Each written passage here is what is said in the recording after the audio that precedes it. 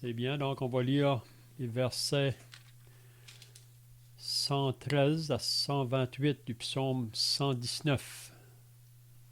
Je commence la lecture au verset 113.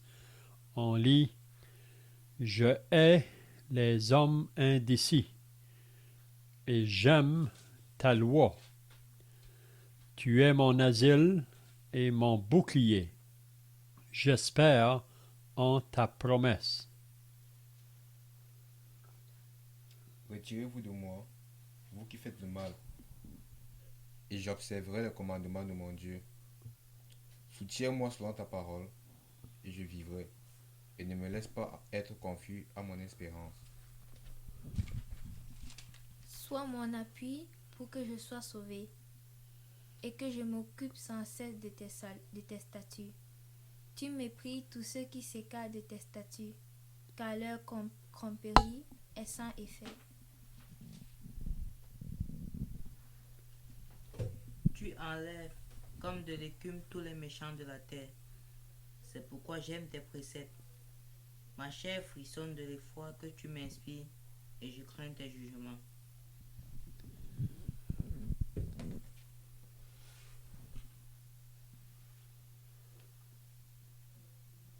J'observe ta loi et la justice. Ne m'abandonne pas à mes oppresseurs. Prends sous ta garantie le bien de ton serviteur. Ne me laisse pas opprimer par des orgueilleux. Mes yeux languissent après ton salut et la parole de ta justice. Agis envers ton serviteur selon ta bonté, et enseigne-moi tes statuts.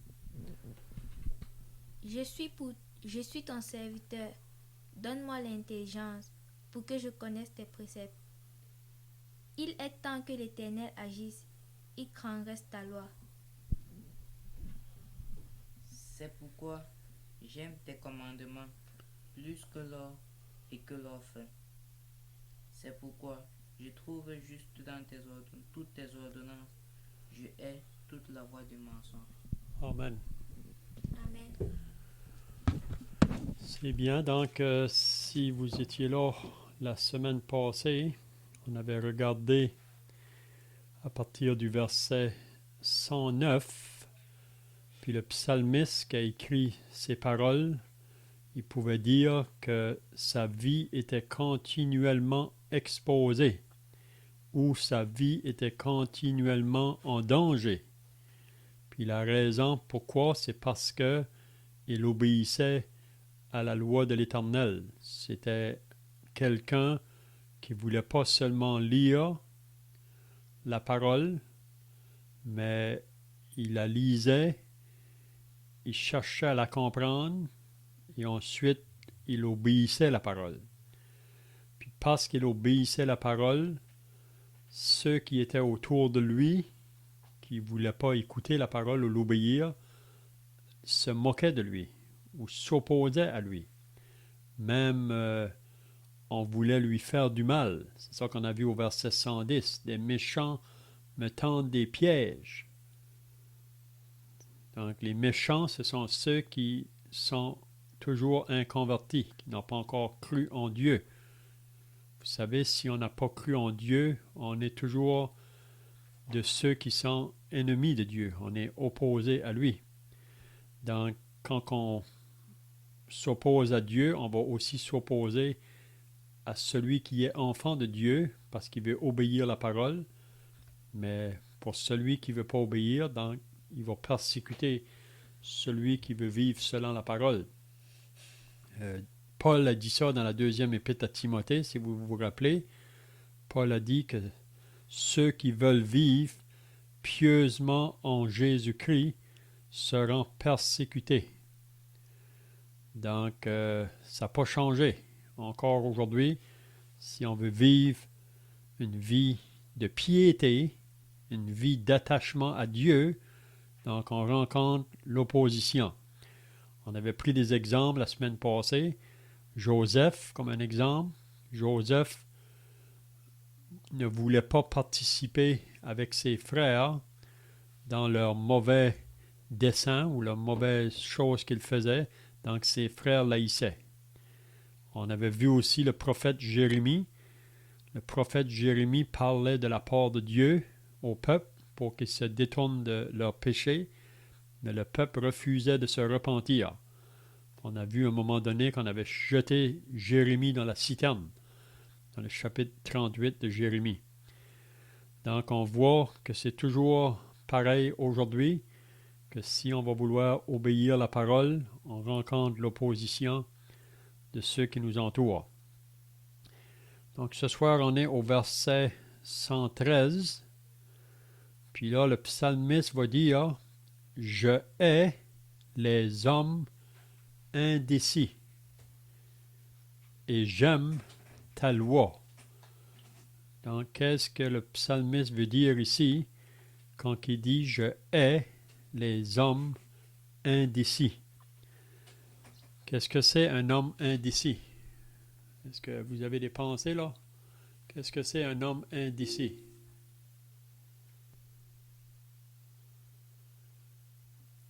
J'ai un autre verset ici que ça dit « Je déteste la duplicité ». Ou même, on pourrait dire peut-être l'hypocrisie, ça voudrait aussi dire la même chose. Donc, je hais les hommes indécis. On peut penser que c'est quelqu'un qui n'est pas prêt là, à prendre position. Et il n'est pas prêt à se décider, si on peut dire, à prendre position du côté de Dieu. Vous savez que quand ça vient à l'appel de l'Évangile, il faut que chaque personne, personnellement, doive prendre une décision face à l'appel de l'Évangile. Jésus a dit que si quelqu'un veut être mon disciple, qu'il renonce à lui-même, qu'il se charge de sa croix et qu'il me suive. Donc, il faut prendre une décision. On ne peut pas rester neutre. On ne peut pas rester sans répondre là. Puis si on ne répond pas à l'appel, ça veut donc dire qu'on refuse de venir à Dieu dans la repentance et à la foi en son Fils. Donc, le psalmiste va dire ici « Je hais les hommes indécis ». Ça veut dire que c'est des personnes qui ne sont pas prêtes à s'engager pour se tourner du côté de Dieu. Puis, on sait que la raison, c'est parce qu'il y a de l'opposition, il y a de l'obstacle, il y a même des choses qui peuvent paraître bien légitimes, mais ça nous empêche de prendre une décision pour Dieu. Et on a l'exemple du jeune homme riche. Si vous vous rappelez, le jeune homme qui est venu à Jésus pour lui dire « Que dois-je faire pour hériter la vie éternelle? » Puis Jésus lui a dit, il a mentionné 5 commandements, mais le jeune homme a dit « J'ai fait cela depuis mon enfance. » Mais Jésus va lui dire « Il te manque encore une chose. Va, vends tout ce que tu as, donne-le aux pauvres, et toi viens et suis-moi. » Donc, le Seigneur connaissait ce jeune homme-là qui était riche, qui devait avoir quelque chose à quitter pour le suivre. Il savait qu'est-ce qui pouvait être son obstacle. Puis on voit que ce jeune homme-là a préféré ses richesses que de suivre Jésus. Okay? Donc je pense ici, là, je hais les hommes indécis, c'est concernant de prendre une décision pour vouloir suivre Dieu. Prendre du côté de Dieu, si on peut dire. Puis là, ensuite, il va dire « Et j'aime ta loi ». Donc, le psalmiste, lui, Bien. oui. Je ne sais pas si on parle d'indécis, si ce serait un bon exemple de mentionner le prophète Élie dans un roi au chapitre 18. Le peuple n'était pas... on connaît le texte, parce qu'on peut le lire, mais on voit comment le peuple était tourné vers les faux dieux, vers autre chose que la parole de Dieu, vers autre chose que les prophètes de Dieu. Et là, Élie les a tous appelés avec les prophètes de Baal sur la montagne. Et là, il leur a dit, si Baal est Dieu, suivez Baal, et si l'Éternel est Dieu, suivez l'Éternel. Et là, on lit que le peuple était indécis, il était comme sa clôture, il ne savait pas trop. Et on sait comment Élie va faire un appel pour que les gens on va dire, comme on dit en québécois, se branchent. Excusez-moi, je suis québécois, donc pour ceux qui ne sont pas, c'est une expression qu'on utilise. Que les gens se branchent, que les gens prennent une décision, qu'ils ne soient plus indécis, clochant à droite et à gauche. Le texte est intéressant pour laisser ressortir cette chose-là. Enfin, je le résume, excuse-moi d'avoir interrompu. Là, je voulais juste, avant que tu passes à un autre sujet, donner un autre exemple au sujet de cette indécision ou de cette incertitude dans le cœur des gens, ce manque de prise de position ferme et claire pour le Seigneur. Oui, c'est ça, c'est justement ça que c'est ça que le prophète Élie a dit vraiment au peuple d'Israël. Jusqu'à quand clocherez-vous des deux côtés? C'est soit c'est l'Éternel qui est vrai, c'est Dieu qui est vrai, ou c'est Baal qui est vrai. Donc il faut qu'ils prennent une décision. On ne peut pas rester neutre. On prend l'exemple de Pilate devant la foule. Qui voulez-vous que je vous relâche? Barabbas ou Jésus? Hein? Donc là, ils vont avoir une décision à prendre. Mais c'est toujours face ici, on peut voir là, en ce qui concerne prendre position pour Dieu. Hein? Parce que le psalmiste, il va dire ici, mais moi j'aime ta loi. Donc, d'aimer la loi, qu'est-ce que ça peut comprendre, ça? Quand il dit j'aime ta loi, qu'est-ce qu'on pourrait sortir de ça?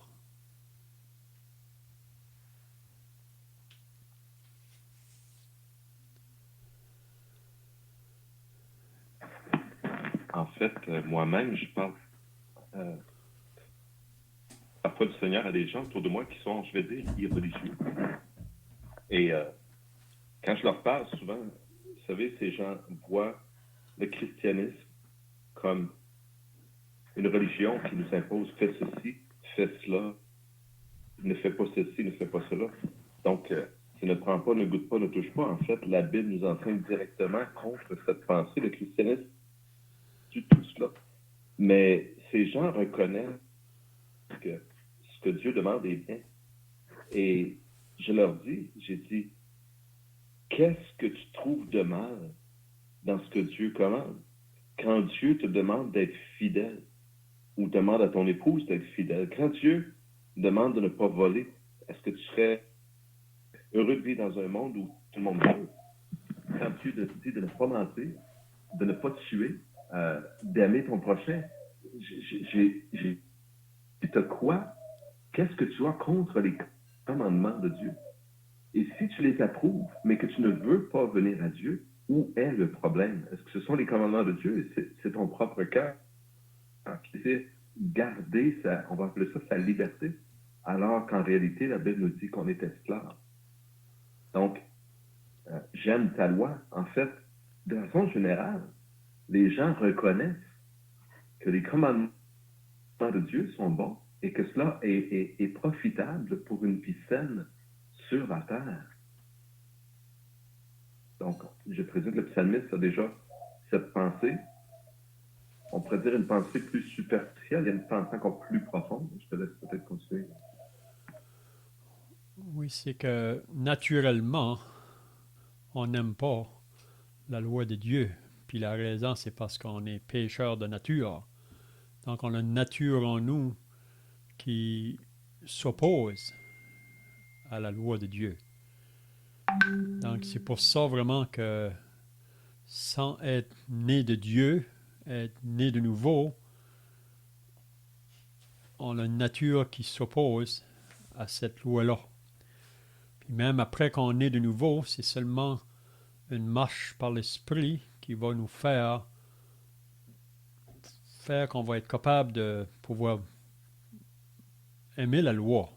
Et puis, comme tu viens de dire, c'est que on sait que la loi de Dieu, c'est toujours pour notre bien. Puis on sait que l'amour, c'est l'accomplissement de la loi. Et c'est ça qu'on lit dans le Nouveau Testament, que l'amour est l'accomplissement de la loi. Puis si que on peut aimer, ça c'est une autre chose que nous n'avons pas naturellement, mais c'est juste après qu'on est né de nouveau, le Saint-Esprit qui vient habiter en nous, puis c'est à ce moment-là qu'on reçoit cet amour-là qui vient de Dieu. Puis cet amour-là, premièrement, nous fait aimer Dieu et aussi, elle va nous faire aimer notre prochain. Donc la loi, le premier plus grand commandement, tu aimeras le Seigneur ton Dieu de tout ton cœur, de toute ta force, de toute ton âme, de toute ta pensée et ton prochain comme toi-même.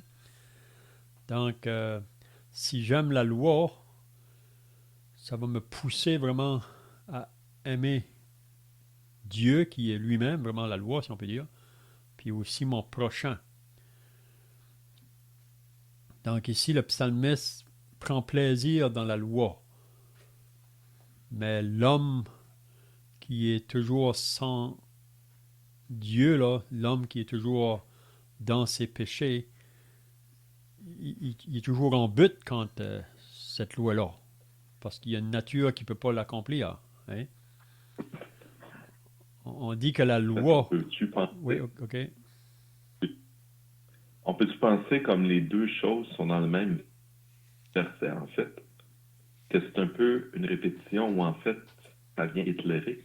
Je hais les hommes indécis, j'aime ta loi. Donc, pour lui, les hommes indécis, c'est ceux qui ne gardent pas, qui n'aiment pas la loi de l'Éternel. Vraiment, ne font pas attention à la loi de l'Éternel. Les deux sont comme liés ensemble clairement dans ce verset-là. Mhm. Mhm.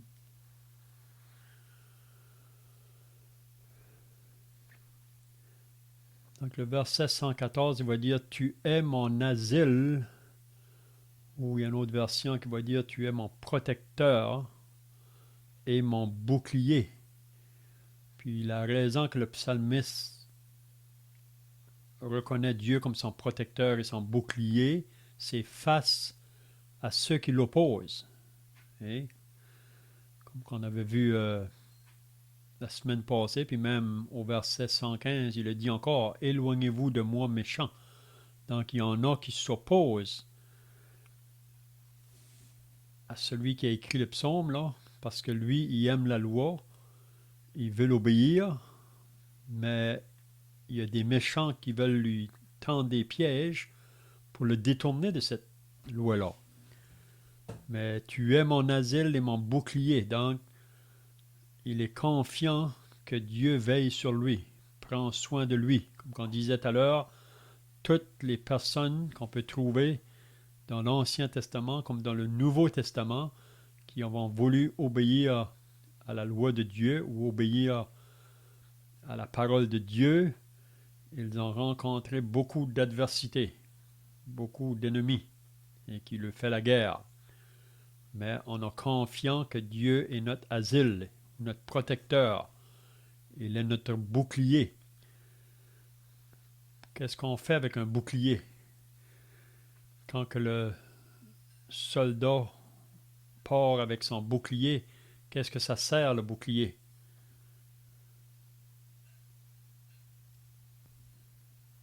Dans la défensive contre les traits de l'ennemi, les flèches, ça sert à se protéger des coups.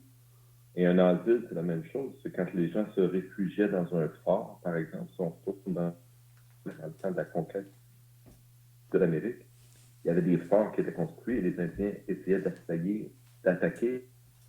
Mais l'asile, le refuge, c'était le fort. Et les gens, si du bas de la palissade, on tirait des flèches, il faut avoir des boucliers pour se protéger. Donc, c'est vraiment une protection. Et dans le contexte du psalmiste, on peut penser que les traits ne sont pas des vraies flèches, des flèches qui pourraient tuer un homme. Et ce sont vraiment des coups à sa foi, des coups portés contre lui directement parce qu'il a pris position clairement et fermement. Donc, une des raisons qui peut pousser les gens à être indécis, comme on l'a lu, c'est à cause des conséquences. Si on sent, ou on sait, ou on pense qu'on va être rejeté, de nos proches, de nos amis, de quiconque, à cause de notre position face à la parole de Dieu, bien, ça peut nous pousser à ne pas prendre position, justement, à être parmi ces indécis, ces gens qui ne veulent pas se trancher, prendre clairement position. Donc, c'est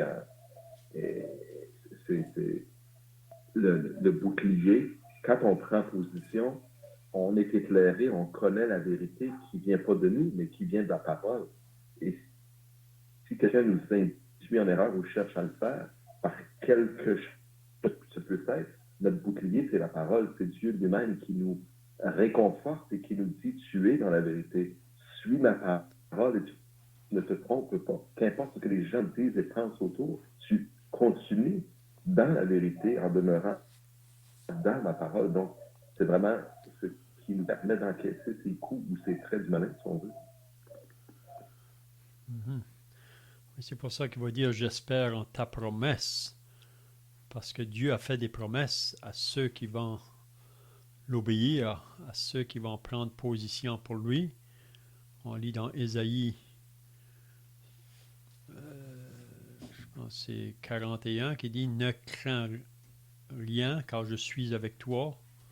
Ne promène pas tes regards inquiets, car je suis ton Dieu. » Donc, on a beaucoup de promesses que Dieu nous fait face là à nos ennemis, à ceux qui veulent nous détourner de cette voie. On a affaire face à 3 ennemis.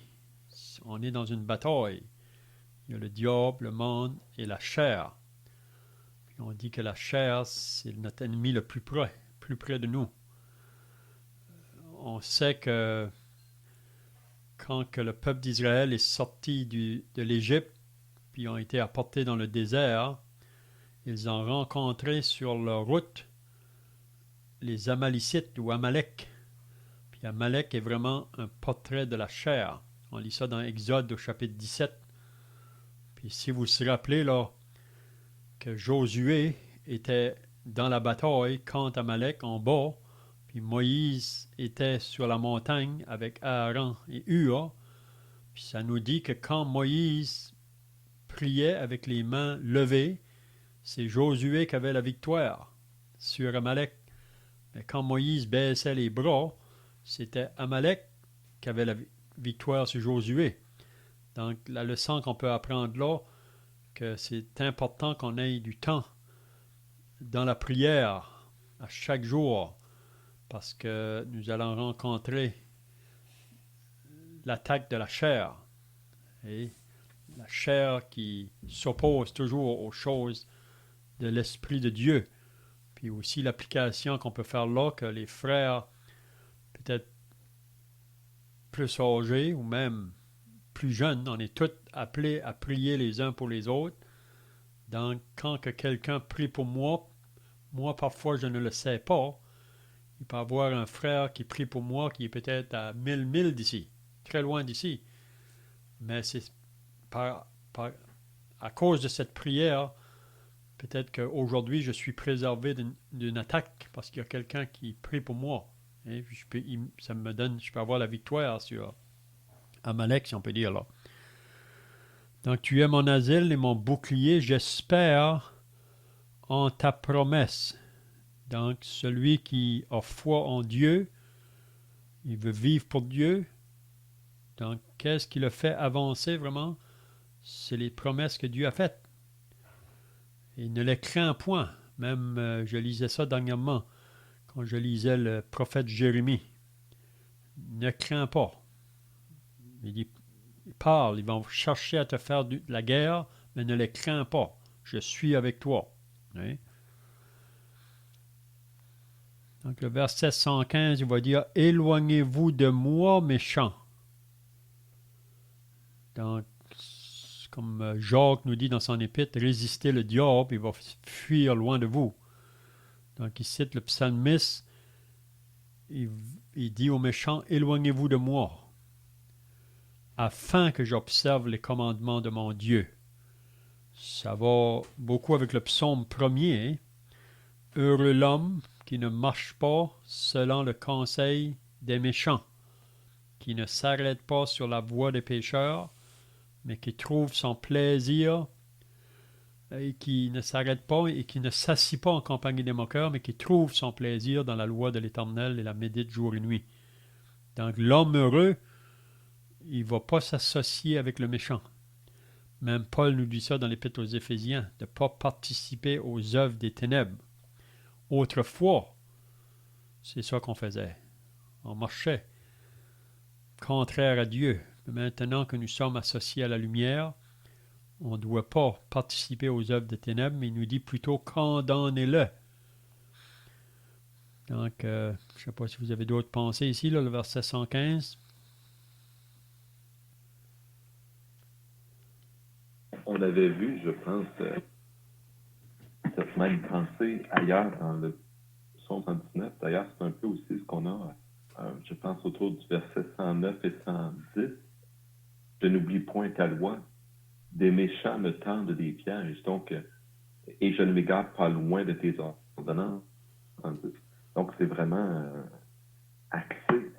La pensée est celle de, quand on définit les méchants, encore une fois, ce sont des gens qui s'éloignent de la parole de Dieu, qui ne gardent pas la parole de Dieu. Même Jésus s'est adressé à l'apôtre Pierre en lui disant « Arrière de moi, Satan, tu mets en scandale, car ce sont les pensées des hommes et non celles de Dieu. » Ça veut dire beaucoup. Et c'est pas n'importe qui que le Seigneur Jésus a dit ça. Il n'y a personne qui peut être aux yeux du Seigneur en s'éloignant de la parole de Dieu.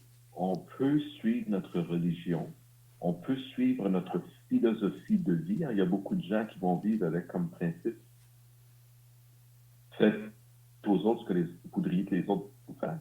Et c'est un principe qui est biblique, c'est le Seigneur Jésus même qui a prononcé cette parole. Souvent les gens l'ignorent ou veulent l'ignorer. Et c'est bien de faire cela, mais le problème, c'est pas ici qu'on va plaire à Dieu. C'est bien de faire ça. Et si on ne connaît pas Dieu dans notre vie pour notre guide, si on ne reconnaît pas sa parole pour la vérité et toute sa parole, c'est pas juste un passage de sa parole, ou un verset, ou une idée, ou un commandement, c'est vraiment l'ensemble de la parole de Dieu qu'il faut conserver. Et le diable, c'est toujours, on va dire, j'utilise l'expression attelé, c'est toujours battu pour minimiser l'importance de la parole dans le cœur des gens, pour créer une confusion dans le cœur des gens. Et les gens se pensent justifiés d'agir selon leurs pensées. Et Jésus s'est clairement exprimé, comme je viens de le dire, auprès du Seigneur Jésus, en lui disant que ce n'était pas la bonne façon, parce que les pensées de l'homme ne sont pas les pensées de Dieu. L'homme pense qu'il peut plaire à Dieu par ses efforts, par son mérite, par ses bonnes œuvres, par ce qu'il fait. Mais le Seigneur Jésus a clairement dit que cela était impossible. Les disciples l'ont même compris. Quand Jésus a parlé dans Matthieu autour du chapitre 27, je pense, 26, je ne suis pas sûr exactement du chapitre, pour aller voir, mais voyons, je perds mon idée. Enfin, je vais arrêter là, je n'ai pas tout mon idée, mais en fait, Jésus, non, ça me revient, a dit que voyons, il sera difficile à un homme riche d'entrer dans le royaume des cieux plus qu'un chameau de rentrer par le trou. Mais puis, les disciples ont dit, mais qui donc pourra entrer? Puis Jésus répond, pour l'homme, cela est impossible, mais pour Dieu, tout est possible. Donc, il faut vraiment en arriver à renoncer à nous-mêmes et à accepter ce que Dieu lui-même dit de l'homme. Mm-hmm. Même la pensée ici aussi, là, éloignez-vous de moi méchant. C'est un peu ce que Paul enseigne dans 1 Corinthiens 15, que les mauvaises compagnies corrompent les bonnes mœurs.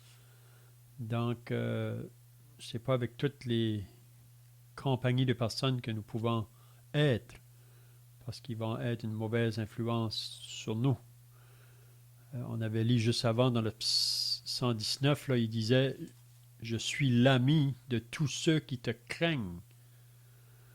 Donc, quand on veut suivre la parole de Dieu, on cherche d'autres qui ont aussi le même désir.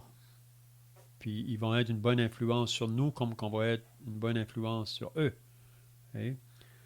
Mais le méchant, notre responsabilité envers les méchants, c'est pas qu'on ne doit pas les aimer, comme Dieu aime tout le monde, mais qu'est-ce qu'il n'aime pas, c'est le péché que le monde fait. Mais nous, comme croyants, notre responsabilité, c'est d'aller vers eux dans le but de leur communiquer le message. On peut le faire soit en parole ou par nos actions. Parfois, on a parlé, mais peut-être on s'est moqué de nous, si vous êtes au travail ou à l'école ou ailleurs. Mais parfois, après qu'on a parlé, les gens se moquent. Donc, qu'est-ce que maintenant on est appelé à faire? C'est de vivre devant eux. C'est vivre cette vie. Hein? Puis parfois, on peut attirer. C'est ça que Dieu disait à Jérémie, ce n'est pas toi à aller vers eux, mais c'est à eux de venir vers toi. Hein? Donc, c'est pas qu'on va haïr les gens autour de nous. Et on doit les aimer comme Dieu les aime. Mais la chose, c'est qu'on ne peut pas participer à leurs œuvres de ténèbres. C'est ça qu'on a appelé comme croyants. Donc le verset 116, « Soutiens-moi selon ta promesse afin que je vive. » Donc, on voit qu'il se repose toujours sur les promesses de Dieu. Puis vraiment, ce qui nous fait vivre vraiment, c'est la parole de Dieu. En dehors de la parole, vraiment, on meurt. Et ne me rends point confus dans mon espérance. Donc, il veut être clair dans ses pensées-là. Et parce qu'il y a beaucoup de choses dans ce monde aujourd'hui qui peuvent amener beaucoup de confusion dans les pensées de l'homme. Mais le croyant qui veut suivre la parole de Dieu, qui veut obéir, il va être clair dans ses pensées. Et il ne va pas être, comment je dirais, sans sagesse là, face aux décisions qu'il doit prendre. Il y a une certitude vraiment qui s'empare de celui qui veut vivre vraiment pour le Seigneur. Là.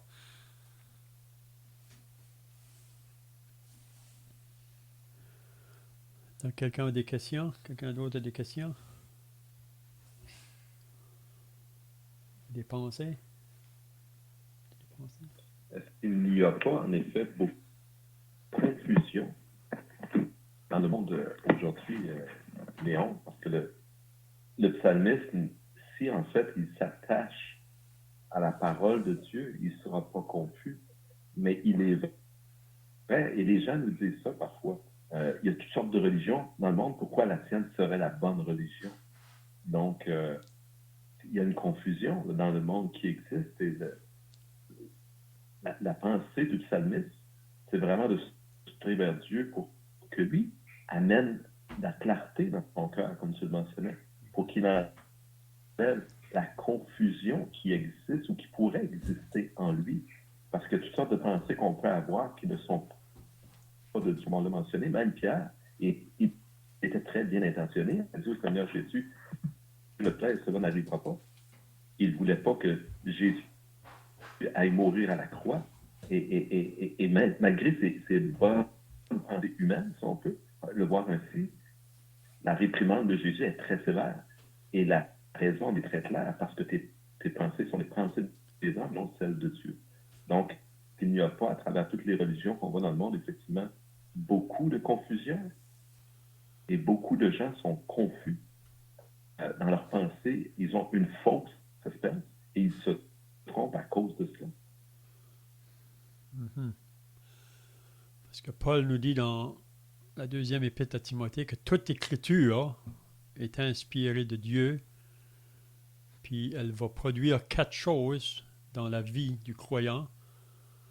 Premièrement, elle nous enseigne, elle nous apporte des convictions, elle nous convainc, elle nous corrige, elle nous instruit. afin qu'on soit des hommes et des femmes accomplis pour l'œuvre de Dieu. Donc, c'est pour ça que c'est très important de s'appliquer à la lecture de la parole de Dieu. Même aujourd'hui, je parlais avec quelqu'un, je disais que la parole de Dieu a la réponse pour nous à toutes les questions qu'on peut avoir là. Mais parfois, il faut chercher dans la parole pour trouver cette réponse. Puis aussi, on est exhorté dans la parole, dans le dernier livre de la Bible, dans l'Apocalypse, les dernières paroles qu'on ne devrait pas ajouter à la parole ou retrancher à la parole. Puis c'est pas seulement là qu'on voit ça, on voit aussi dans le Deutéronome au chapitre 4, on ne doit pas se tourner à gauche ou à droite de la parole. Donc pour moi, si on est bien ancré dans la parole, on va rencontrer beaucoup autour de nous qui peuvent se prétendre serviteurs de Dieu ou être associés au vrai Dieu. Mais quand on parle parfois avec ces personnes, on voit qu'il y a quelque chose qui ne va pas là. C'est soit qu'ils ajoutent ou qu'ils enlèvent à la parole. Hein. Puis même souvent, ces groupes de personnes autour de nous, ils ont souvent d'autres livres que la parole de Dieu. Puis même qu'ils vont dire que ces livres-là sont aussi inspirés. Mais ça, c'est faux. Hein? Puis souvent, parce que la parole de Dieu va contredire leur livre, plutôt de dire que c'est leur livre qui est faux puis la parole est vraie, ils nous disent que la parole est falsifiée. Donc, c'est pour ça que c'est important là, de s'attacher à la parole. Parce que c'est par elle qu'on va être capable de discerner le vrai du faux. Hein? C'est là qu'on va être capable de discerner le vrai du faux. Puis comme on a dit dans les semaines passées, là, une chose qui est très importante quand on rencontre des gens qui viennent à nous en nous disant qu'ils apportent le message de Dieu, c'est qu'est-ce qu'on dit de la personne du Seigneur Jésus-Christ. C'est là la base de tout, vraiment. Si on est clair sur la personne de Jésus-Christ, donc les autres choses vont être claires. Mais si on n'est pas clair là, ça peut amener beaucoup d'autres choses qui est contraire. En fait, l'apôtre Paul disait exactement ça, très clairement, dans l'épître de Paul aux Galates, au chapitre 1er, c'est le dit, hein, il dit même, quand bien même nous-mêmes, donc l'apôtre Paul et les autres apôtres, il dit quand bien même un ange du ciel annoncerait un autre évangile que celui que nous avons prêché, qu'il soit anathème. Et effectivement, il y a beaucoup d'autres évangiles que celui qu'on lit dans la parole qui est prêché. J'ai grandi dans une certaine religion et elle ne m'enseignait pas. Quoi qu'elle disait s'appuyer sur la Bible, j'ai réalisé que l'enseignement de cette religion-là n'était pas conforme à ce que la Bible demandait ou disait. Donc, il s'était détourné. Et Paul le mentionne aussi au Galates. Il leur dit même, je m'étonne de ce que vous vous détourniez si promptement de celui qui vous a appelé par la grâce de Christ. Donc, on a été appelé au salut vers Dieu par Jésus-Christ et par lui uniquement, et non pas par nos œuvres ou par des points qu'on pourrait émuler auprès de Dieu grâce à des bonnes œuvres qu'on ferait, grâce à des prières, grâce à des pèlerinages, grâce à des aumônes, qu'importe les choses que nous faisons, cela ne contribue pas à notre salut. La seule chose qui contribue au salut selon la Bible, et la Bible est claire, et Paul le dit encore une fois dans le Galates très clairement, c'est de se tourner vers Jésus-Christ pour notre salut. C'est lui, le Sauveur, c'est lui qui nous apporte le salut uniquement. Mais la confusion qui existe dans le monde aujourd'hui n'enseigne le message clair de l'Évangile.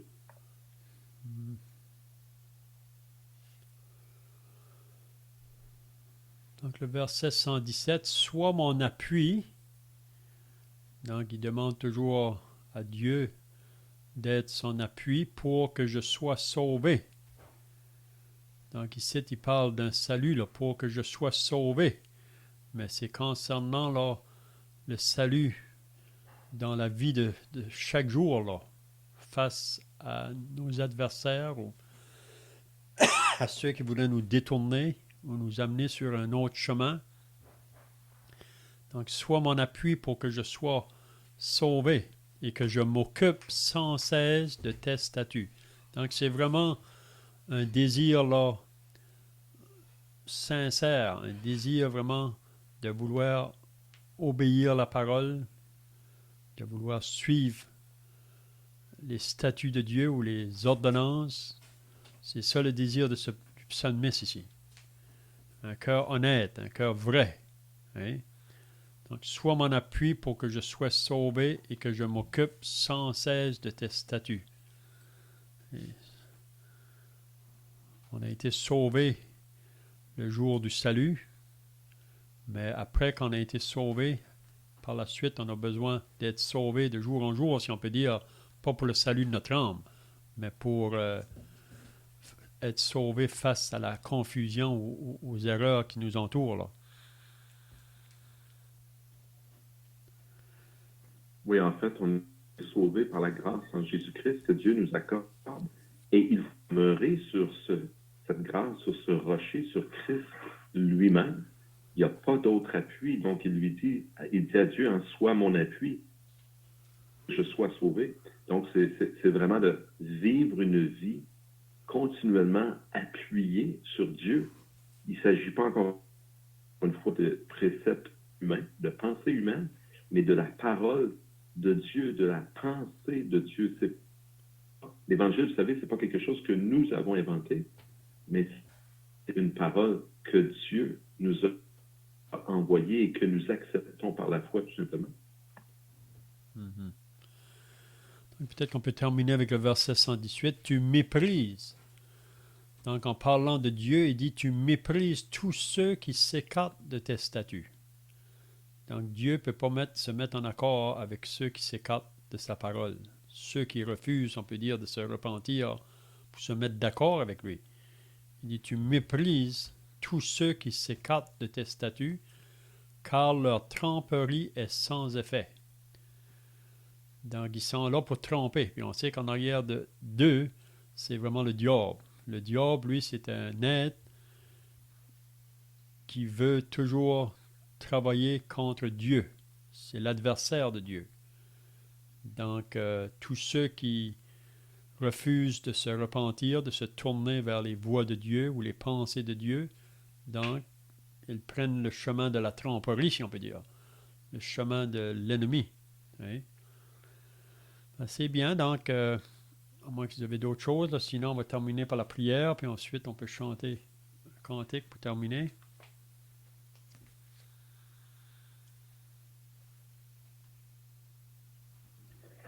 En fait, tu méprises tous ceux, c'est de Dieu dont il est question, hein, tu méprises tous ceux qui s'écartent de tes statuts.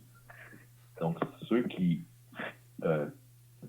essaient par leur pensée, leurs moyens à eux, selon ce qu'eux ont imaginé dans leur d'aller au ciel, de plaire à Dieu, c'est loin de plaire à Dieu. Ils méprisent ces choses, ils rejettent donc ces choses. Quand c'est écrit, tu méprises tous les cartes de tes statuts, c'est pas l'idée que Dieu n'aime pas ces gens-là. C'est l'idée que tout ce qu'on peut faire devant Dieu est irrévocable, est inacceptable si nous voulons produire par nous-mêmes. Et il faut bien comprendre que la seule chose qui n'est pas méprisable devant Dieu, c'est l'œuvre et le sacrifice parfait de Jésus-Christ. Et les gens peuvent se tromper eux-mêmes dans ces choses-là. Hein. Le Seigneur le disait, il a dit, ce ne sont pas tous ceux qui disent Seigneur, Seigneur qui entreront dans le royaume des cieux. Il a donné plusieurs paroles d'avertissement dans ce sens. D'ailleurs, le peuple juif parmi lequel Jésus a vécu et a grandi, c'était des gens qui disaient s'appuyer sur la parole de Dieu, mais ils ont pourtant rejeté le Christ lui-même. Ils ont rejeté Dieu qui s'est fait homme et qui a vécu cette parfaite, cette seule vie qui est acceptable et qui n'est pas méprisable devant Dieu. La vie parfaite de notre Sauveur, le Seigneur Jésus, qui s'est sacrifié lui-même, qui s'est offert lui-même comme une offrande pure et acceptable devant Dieu. Une offrande, la seule offrande non méprisée et méprisable par Dieu. Donc, la seule offrande que Dieu peut accepter. Et si on comprend cela, on vient de comprendre pourquoi tous nos efforts pour par nous-mêmes parvenir au salut sont vains et ne serviront jamais à nous rapprocher de Dieu. Et ça ne trompera pas Dieu. On aura beau, dans notre esprit, avoir fait plein de bonnes œuvres. On entend même, je compte cette parabole et qui dit, il y en a qui vont dire, mais on a prophétisé en ton nom. On a même fait des miracles en ton nom. Et Jésus de leur dire, retirez-vous de moi, vous qui commettez l'iniquité, je ne vous ai jamais connu. Donc les gens peuvent prétendre ce qu'ils veulent, faire ce qu'ils veulent, dire ce qu'ils veulent, si leur véritable appui, comme le disait Denis, qu'il apprenait son appui, qu'il voulait que Dieu soit son appui, si notre véritable appui n'est pas Dieu lui-même et Jésus-Christ, notre foi, elle est vaine. C'est bien, on va terminer par la prière. Notre Dieu et notre Père, nous voulons maintenant terminer cette réunion par la prière, nous réalisant que par ta parole encore ce soir, tu t'es révélé à nous et on aimerait, comme le psalmiste, être de ceux qui veulent s'attacher à ta parole, comme qu'on a lu au début du psaume 119, « Je serre ta parole dans mon cœur afin de ne point pécher contre toi. » Donc nous voulons remettre cette étude entre tes mains. Bénis ceux qui étaient présents et même pour ceux qui l'écouteront par la suite. Nous les remettons tous entre tes mains au nom du Seigneur Jésus. Amen.